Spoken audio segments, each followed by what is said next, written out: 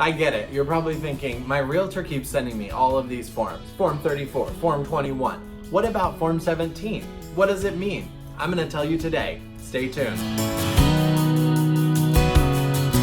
So you might be wondering, when does a seller have to tell me everything they know about the house? Well, you're in luck, because the seller has to tell you everything that they know about the house on the Form 17, also dearly known as the seller disclosure.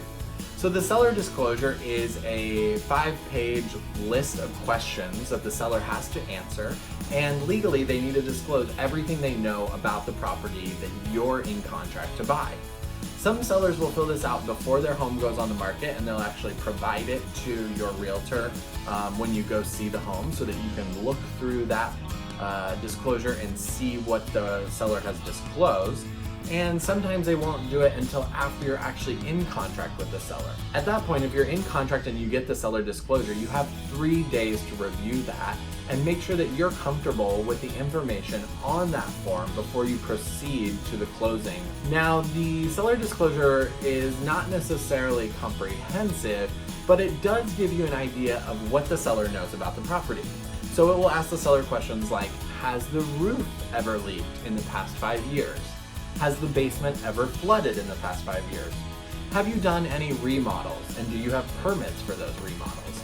The seller is legally obligated to answer all of these questions so that if you're the buyer, you know this information going into the contract and understanding that if you close on the home, the seller has disclosed this information. Now, sometimes if you're a buyer and you want to make your offer a little bit more competitive, you can actually review this information before you submit your offer and waive your right to revoke your offer based on this information.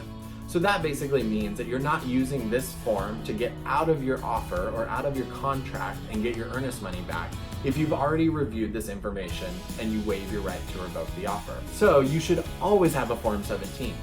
The only exception when you don't have a Form 17 seller disclosure is when you're buying an estate sale.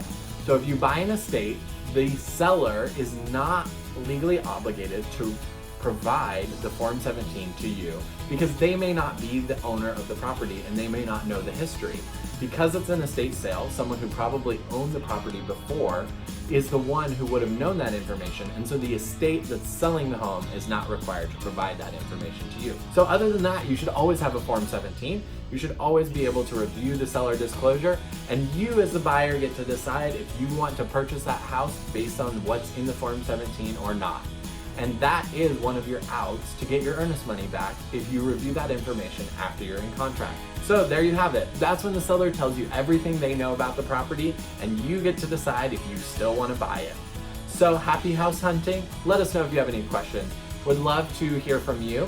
If you like this video, please give it a big thumbs up on YouTube and subscribe to our YouTube channel. If you know someone who might find this information useful, please share this video with them.